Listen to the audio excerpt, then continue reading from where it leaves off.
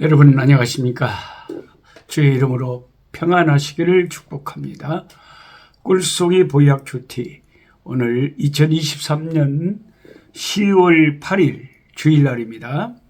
오늘의 본문 말씀은 마태복음 19장에서 21장의 말씀을 읽겠습니다.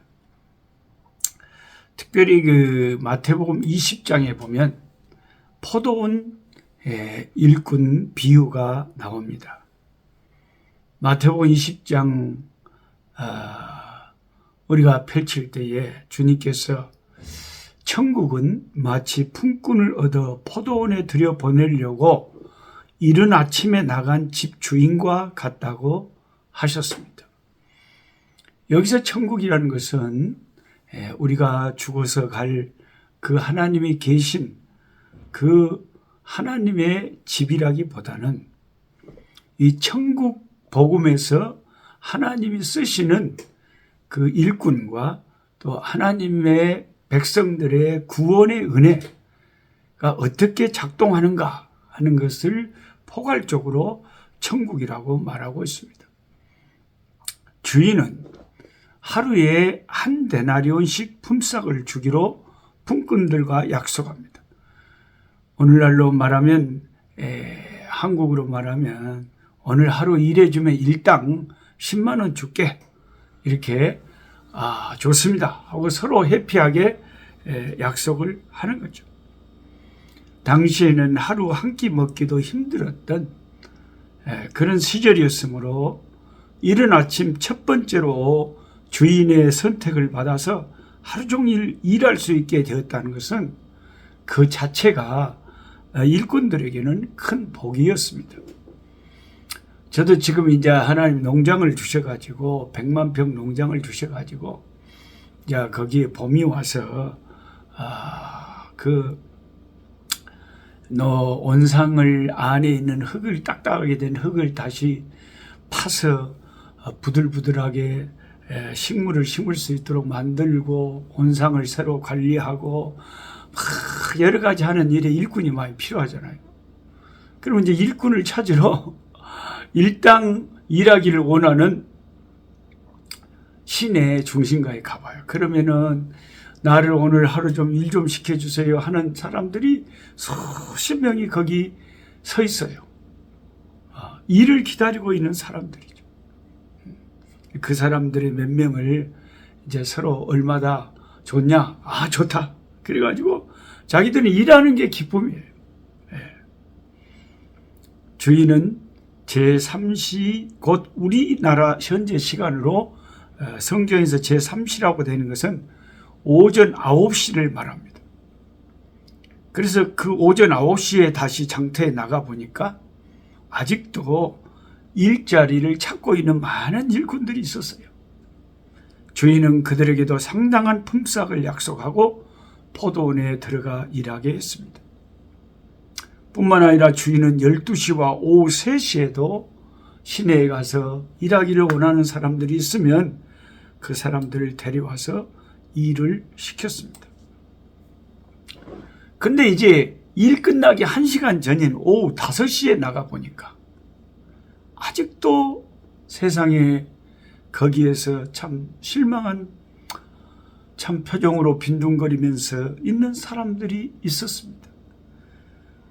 이 농장 주인이 그들에게 너희는 어찌하여 종일토록 놀고 여기 섰느냐고 묻자 그들은 우리를 품꾼으로 쓰는 이가 없습니다 라고 참 슬프게 대답했습니다. 우리가 새벽 인력시장에 나가보면 튼튼하고 기술을 잘 가진 사람들은 일찍 차출돼 갑니다.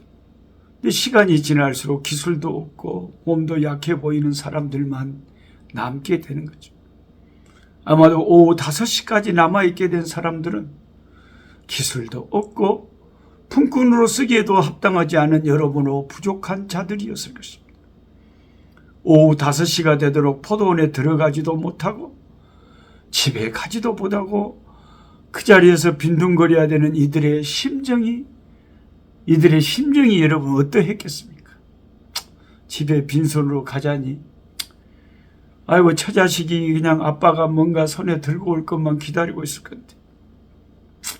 저도 가난하게 어려서 자랄 때 엄니가 장에 갔다 오면 손에 뭐 붕어빵이라도 하나 사가지고 오지 않을까, 그런 기대가 참 많았습니다.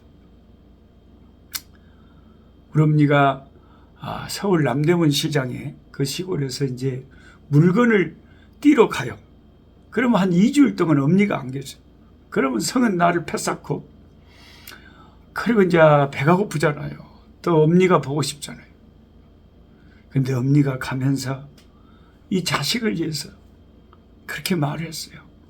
록수야, 혹시 너무 뭐 과자가 사먹고 빵이 사먹고 뭔가가 그렇게 배가 고프고 그러거든. 엄니 이름 말하고 엄니가 가서 애상으로 먹었다고 그 지부장에 적어놓고 저 동네 가게에 가서 애상으로 뭐 사먹고 있어라. 그러면 엄니가 와서 다 갚아줄게. 그런 엄마라도 있었던 게 저는 얼마나 감사한지 모르겠어요. 그래서 참 배가 고프고 이렇게 먹고 싶고 그러면 가게에 가서 우리 엄니 이름 달아놓고 참 애상으로 뭘 사 먹었던 어린 시절이 생각납니다. 이 5시까지 일을 못한 이 가장의 입장을 한번 생각해 보세요. 뭔가 깔치 한 마리라도 사가지고 집에 들어가야 처자식들이 날 기다리고 있을 건데 이걸 어찌했을까. 오늘 하루 종일 일도 못하고 돈도 못 벌고 배는 고프고 몸에 죽겠네. 그렇게 실망하고 낙심하고 인생에 참 불쌍한 사람들이 그 사람들이었습니다. 이제 1시간만 지나면 해가 저물고 하루를 공치고 빈손으로 집으로 돌아가야 합니다. 집에 가면 내일 양식이 걱정입니다. 아내와 자식들이 눈에 어른거립니다. 우리를 품꾼으로 쓰는 이가 없습니다. 라는 힘없는 그들의 대답 속에 인생의 비애가 묻어납니다. 주인은 그들의 형편을 안타깝게 여기고 그들에게 뭐라고 하냐면 너희도 포도원에 얼른 들어가라고 하셨습니다. 그들에게 이 말이 얼마나 놀랍고도 기쁜 소리였겠습니까? 비록 1시간밖에 일할 수 없지만 그로 인해 많은 품삯을 기대할 수는 없지만 공치지 않고 일할 수 있게 되었다는 그 사실 하나만으로 날아갈 듯이 기뻤을 것입니다.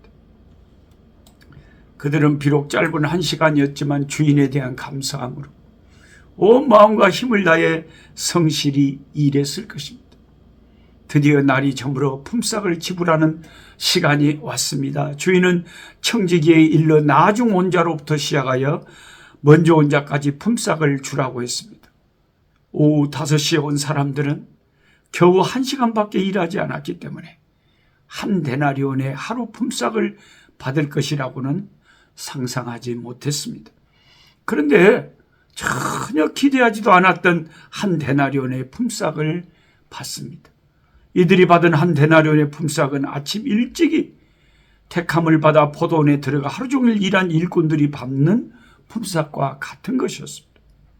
그러므로 이것은 그 당시 노동 관습에 비춰볼 때 대단히 충격적인 일이 아닐 수 없었습니다. 그들은 주인의 은혜에 놀라 어안이 벙벙했습니다. 그런데 이를 지켜보던 먼저 온 자들도 깜짝 놀랐을 것입니다.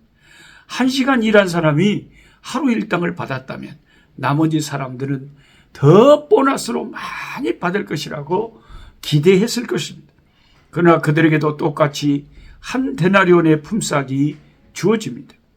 이것은 주인이 처음 포도원에 들여보낼 때 그들과 약속했던 품삯입니다. 그러므로 주인은 그들에게 정당한 품삯을 지불한 것입니다. 그런데 아침 일찍 포도원에 들어와 일한 사람들의 반응이 어떻습니까? 마태복음 10장 11절에 보면 그들은 주인을 원망합니다. 세상적인 가치관으로 보면 이들의 원망은 일견 일리가 있어 보입니다. 그러나 사실 그들은 자신들의 정당한 품삯을 받았습니다. 그러므로 주인이 한 데나리온을 그들에게 주었다고 해서 그들이 원망할 이유가 하나도 없습니다. 오히려 비록 1시간밖에 일하지 않았지만 그들에게 똑같이 하루치의 품삯을 준 주인의 인자함과 그 덕에 오히려 참 감사하고 그런 훌륭한 주인이 이 세상에 어디 있느냐며 존경해야 했습니다. 이 비유에서 상식을 벗어난 고용주, 집주인의 너그러운 모습을 하나님의 모습으로 제시하고 있습니다. 이 비유는 고용주의 보상 방식이 일반적인 세상의 경제 원리를 벗어난 것이기는 하지만 그것이 결코 부당한 것이 아니라는 점을 강조하고 있습니다. 고용주가 마음먹은 대로 할 수 있던 그 시대적 상황 속에서 이 비유의 고용주는 일반적으로 악한 고용주들의 보상 원리와는 정반대였죠. 이는 인간의 공정함의 원리를 뛰어넘는 관대함과 은혜의 원리입니다. 그의 보상의 원리는 받을 것보다 적게 받은 자는 아무도 없되 어떤 이들은 자신들의 기대보다 훨씬 많은 것을 받게 하는 원리였습니다.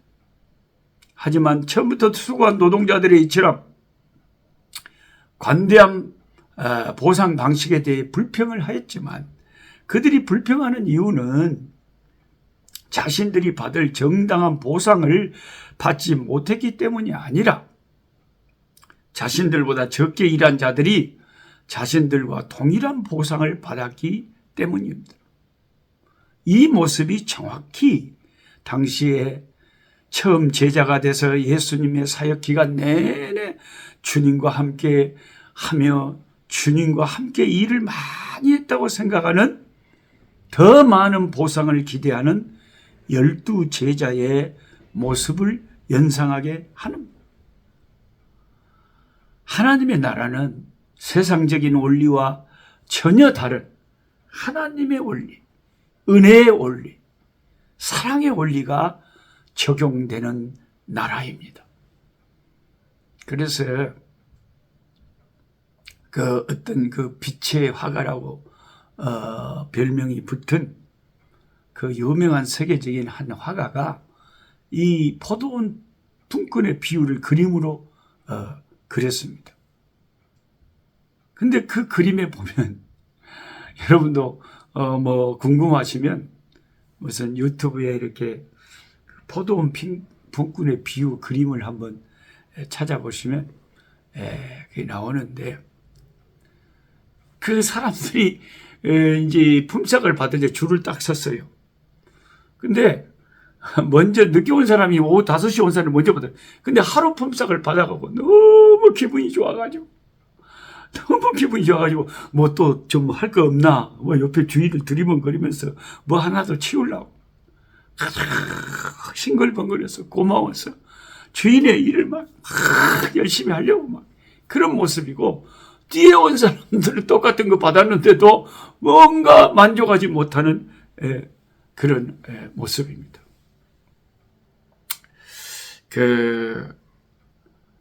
저와 여러분은 이게 역사적으로 초대교회 성도들보다는 우리는 말세의 부름을 받았잖아요. 초대교회 성도들보다는 말세의 부름을 받았고 많은 기독교 역사가 이루어진 다음에 우리는 하나님의 백성으로 부름받고 신앙생활을 하고 있잖아요. 그리고 개인적으로도 오후에 부름받은 사람들이 많을 거야. 아마. 엄마 뱃속에서부터 예수 믿고 이렇게 신앙생활한 제 자녀들 같은 자녀들도 있겠지만 저같이 전혀 불신 가정에서 나중에 부름받고 주님의 교회에 주님의 포도원에 들어온 교인들도 있을 겁니다. 우리는 항상 심정적으로 오후 5시에 부름받아서 주님의 교회에 와서 포도원 품꾼이 돼서 일꾼이 돼서 주님을 위해 충성하고 일하는 그런 사람들인데 똑같은 구원의 은혜를 받고 이렇게 많은 하나님의 은혜를 받았다. 그래서 그것에 대한 감사함으로 충성하는 오후 5시에 포도원에 들어온 일꾼과 같은 심정으로 교회를 섬기는 저와 여러분이 되셔야 되겠습니다. 하나님 아버지 감사합니다. 오늘 또 포도원 품꾼의 비유를 통해서 우리가 얼마나 많은 사랑과 은혜를 받은 자임을 깨닫습니다. 우리는 오후 5시에 포도원에 들어와서 하루 일닭을 받은 자들과 같습니다. 우리가 천국에 이르면 내 공로가 아니라 전적으로 주님의 공로요. 주님이 상을 주신다면 그것은 하나님의 은혜로 내가 감당할 수 있었던 것이죠. 내 힘이 아님을 고백할 수밖에 없습니다. 아버지, 기독교의 모든 역사는 전부가 하나님께서 은혜를 베푸셔서 이루시는 은혜의 역사임을 고백합니다. 나의 나 된 것은 주의 은혜로 된 것이라. 아버지, 주의 은혜에 감사하며 사는 오늘 하루가 되게 해 주옵소서. 예수님의 이름으로 기도하옵나이다. 아멘.